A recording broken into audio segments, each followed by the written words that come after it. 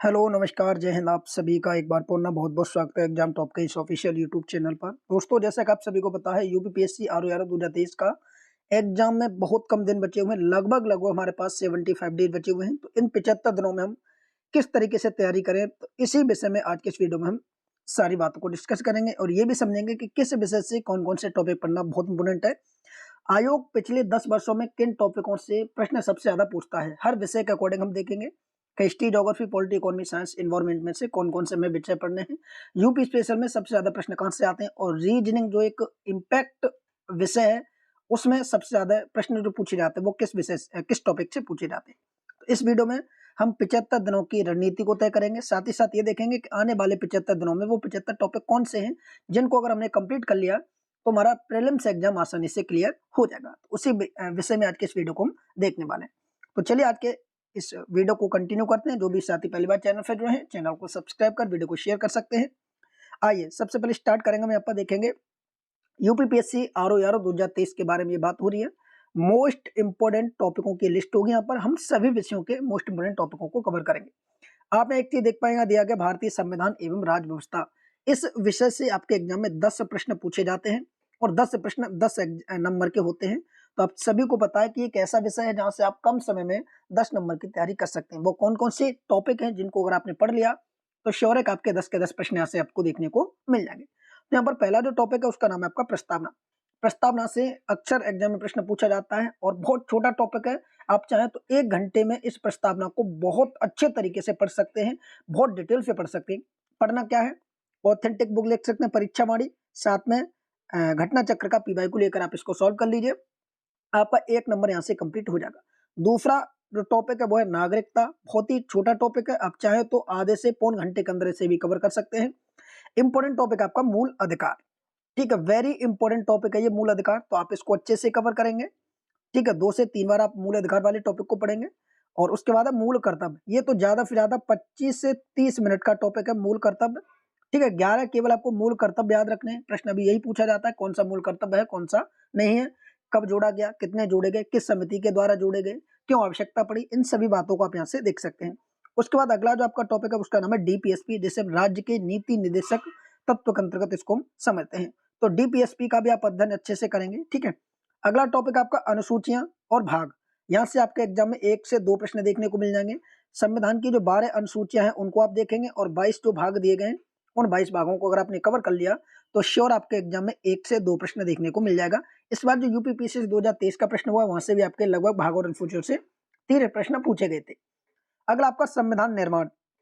किस तरीके से संविधान निर्माण हुआ था, कौन कौन ने भाग लिया था, ठीक है, कितने देश हिरासतें थी, इस तरीके के जो प्रश्न पूछे जाते हैं वो आपके यहाँ से हो जाएंगे। संसद की बात करेंगे। उसके बाद वेरी इंपॉर्टेंट टॉपिक आपका दूसरा ये हो जाएगा संसद।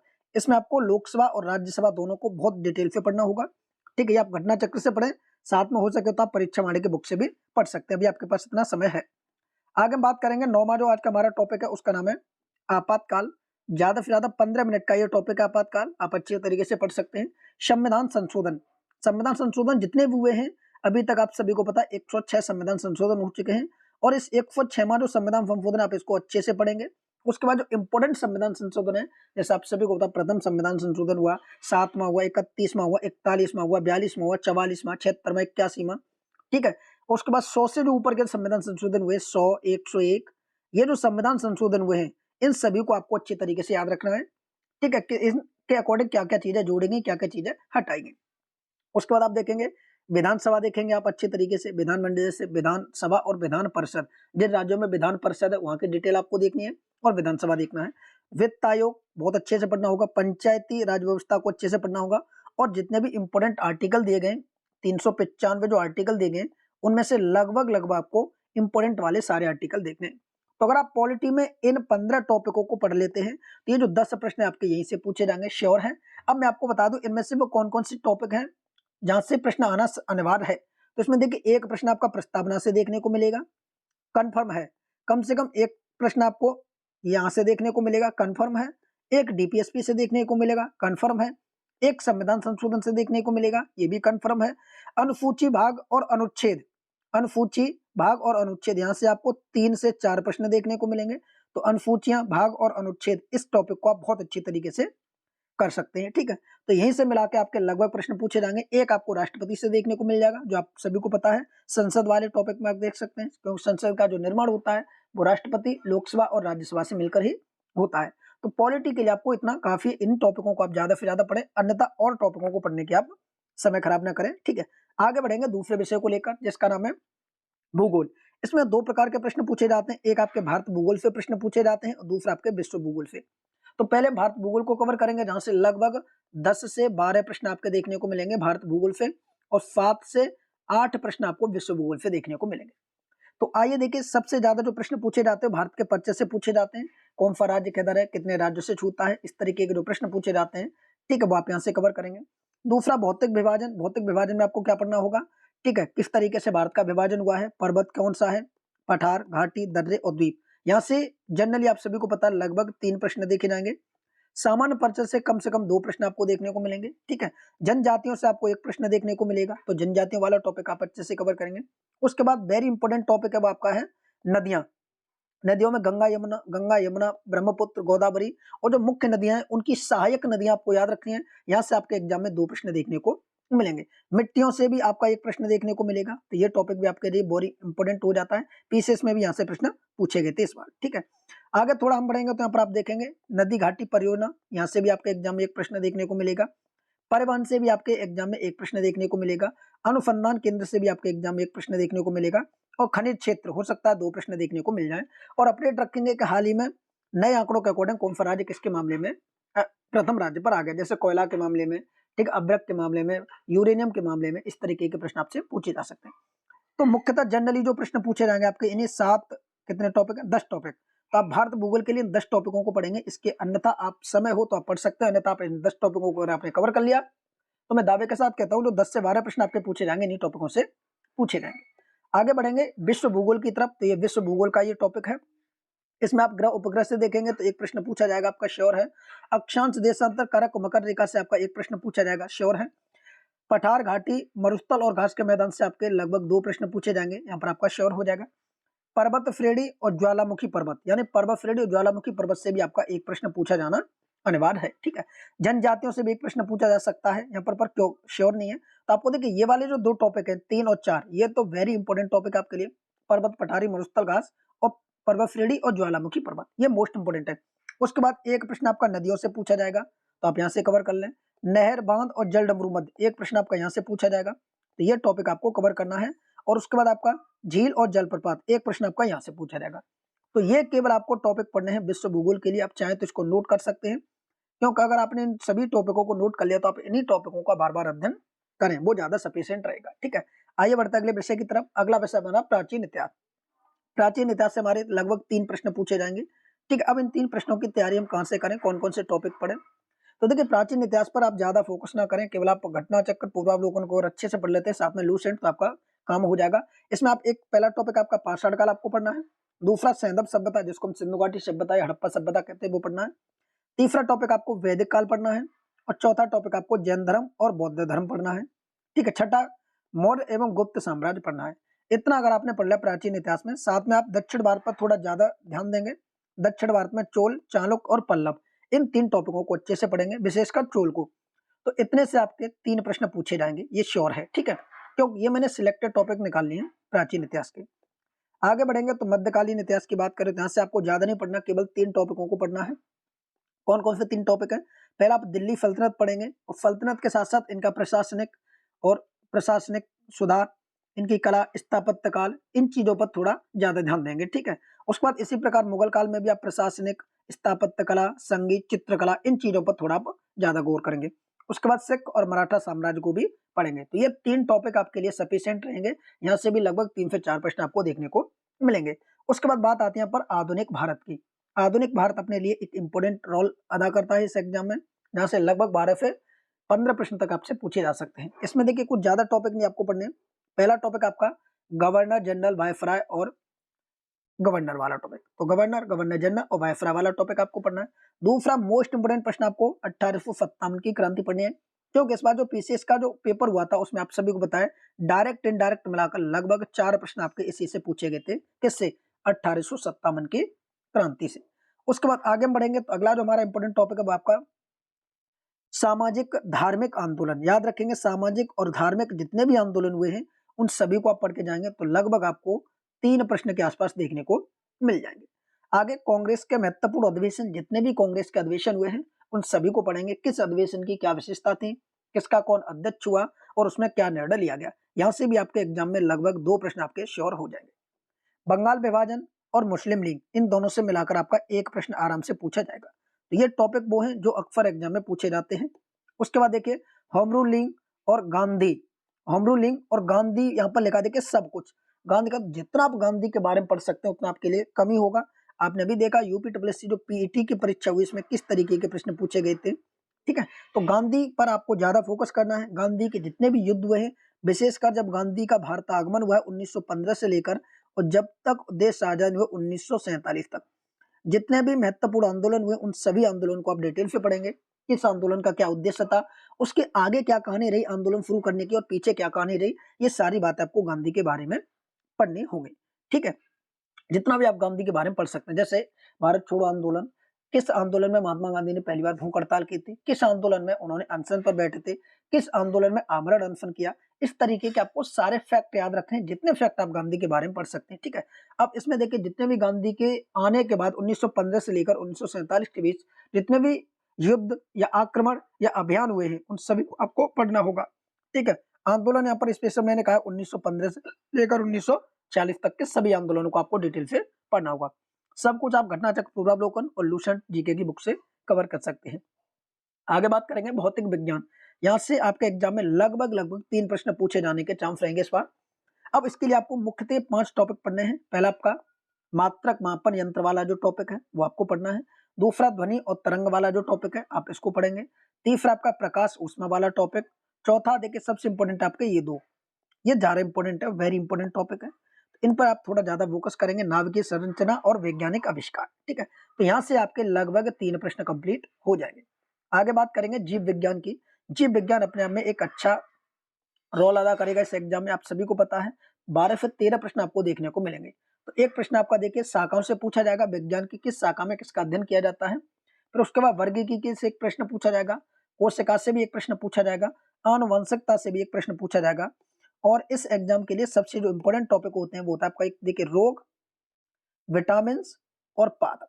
ये 3 टॉपिक अगर आपने अच्छे से कवर कर लिए तो आपके 4-5 प्रश्न तो आपको डायरेक्ट इनडायरेक्ट यहाँ से देखने को मिल जाएंगे। तो यही वो टॉपिक है जो आपको तैयार करने हैं, किसके लिए, जीव विज्ञान के लिए। मुख्यतः 7 टॉपिक हैं, शाखाएं, वर्गीकी, कोशिका, आनुवंशिकता, रोग एवं उपचार, विटामिन, विशेषकर उनके वैज्ञानिक नाम आपको याद रखने हैं, पादप, प्रकाश संश्लेषण। तो यहाँ से आपके 13 से 14 प्रश्न आपको देखने को मिल जाएंगे कंप्लीट। आगे बढ़ेंगे, आगे हमारा उत्तर प्रदेश सामान्य परिचय इंपॉर्टेंट टॉपिक है। यहाँ से आपके एग्जाम में आप सभी को पता है 15 के आसपास प्रश्न पूछे जाएंगे। कहाँ से तैयारी करें, आप क्या करें, परीक्षा वाणी की बुक लें और उसको अच्छे से पढ़ डालें, या फिर एक नई बुक आती है घटना चक्र तथ्यसार नाम से, आप उसको लेकर पढ़ सकते हैं। अब कौन कौन से टॉपिक पर ज्यादा ध्यान देना है हमें, पहला जो हमारा सबसे ज्यादा ध्यान देने वाला टॉपिक है वो आपका पहला सामान्य परिचय।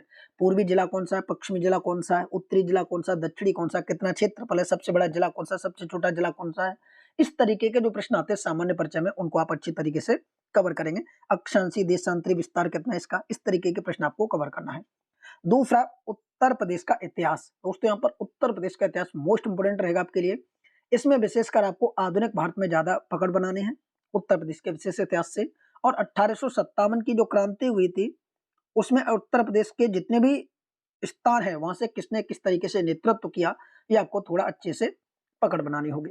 कला एवं संस्कृति की बात करें तो कला एवं संस्कृति में क्या चीजें आती हैं, देखिए पर्व आपको याद रखने हैं, कौन सा पर्व कब मनाया जाता है, उत्सव कौन सा उत्सव कहाँ पर मनाया जाता है, बोली कौन से क्षेत्र में कौन सी बोली जाती है, नृत्य, ठीक है, इस तरीके के जो इसी में आप देख सकते हैं। तो मेला, ये सब कला एवं संस्कृति के ही अंग हैं, इन सभी को आप अच्छे तरीके से कवर करेंगे।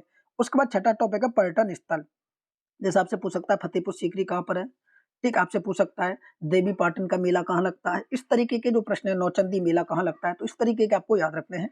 कृषि पर भी आप याद रखेंगे, उत्तर प्रदेश में कृषि कौन सा क्षेत्र किस कृषि के लिए ज्यादा जाना जाता है।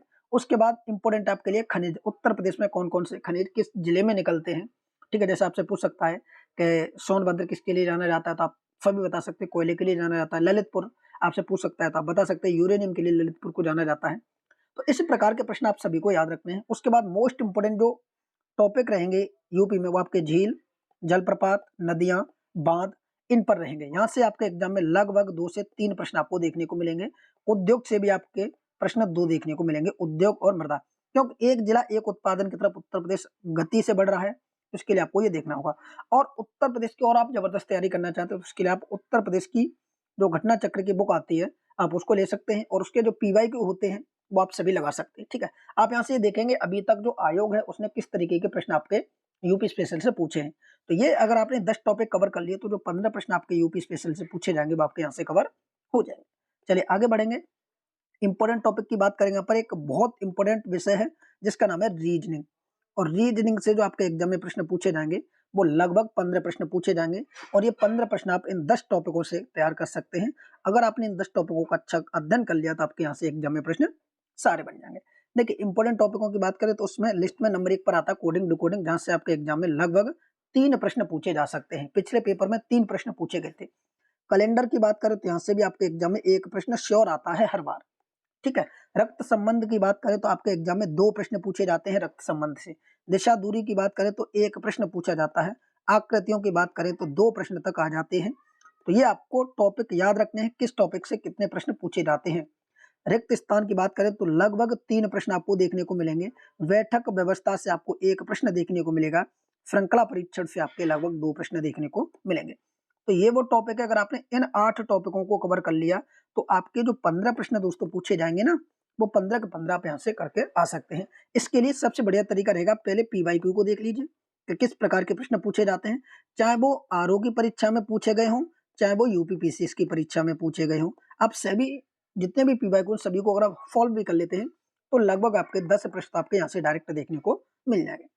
तो अगर आपको और कोई भी जानकारी चाहिए जो आपको लगता है कि इसके बारे में हमने नहीं बता पाया तो आप कमेंट करके जरूर बताएंगे। आगे थोड़ा बढ़ेंगे तो आगे आपके सामने अर्थव्यवस्था जिसको बोलते हैं इकोनॉमिक्स, यहाँ से लगभग करंट का वेटेज ज्यादा रहता है, फिर भी अगर हम बात करें थ्योरी के अकॉर्डिंग तो अर्थव्यवस्था से आपके 6 से 7 प्रश्न आपको देखने को मिल जाएंगे, जिसके लिए मुख्यतः आपको ये 5 टॉपिक पढ़ने हैं अच्छे तरीके से। पहला आपका अंतर्राष्ट्रीय एवं जो राष्ट्रीय एवं अंतर्राष्ट्रीय व्यापार के जो संगठन होते हैं उन संगठनों के मुख्यालय से एक प्रश्न आपका पूछा जाता है। जैसे आपसे पूछ सकता है IMF का मुख्यालय कहाँ पर है, WHO का मुख्यालय कहाँ पर है, यूनेस्को का मुख्यालय कहाँ पर है। ठीक है, उसके बाद आपसे पूछ सकता है G20 का मुख्यालय कहाँ पर है। इस तरीके के जो प्रश्न पूछे जाते हैं, हालांकि G20 का मुख्यालय है नहीं तो आप बता सकते हैं कहाँ पर है। इस तरीके से आपके प्रश्न पूछे जाते हैं, आप अच्छे से कवर करेंगे।